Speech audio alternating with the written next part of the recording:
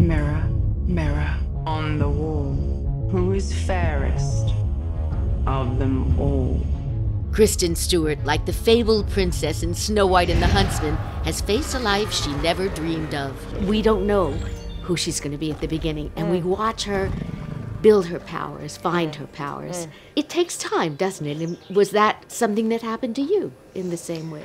Yeah, that was one thing that I loved about this movie, was that it represents a really interesting stage of life that I feel kind of lasted a long time for me, and I do feel, you know, to a certain extent that I'm coming out of it, which is you're filled with a whole bunch of feelings and convictions about things that you kind of can't articulate, but they're so strong that they're like bursting out of you, and I think that it's important to like listen to them and not ignore them and just wait for the answers to come, because like have that faith. And I think that Snow White represents that entirely. She's endowed with all of these powers, yet she needs to dig through a pile of mud to get to them. You know, it's like a struggle to get to that point.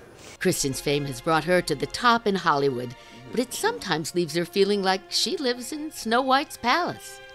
I think that what I love about her is how isolated she is. All she cares about, all she really truly loves is the earth and her people and just existence in general, a humanity, life, and yet she kind of is outside of it. You know what I mean? She's not endured what her people have endured. She's a royal. She essentially and forever kind of will be an outsider, and it's like difficult. It's difficult to watch that because it goes against everything she is.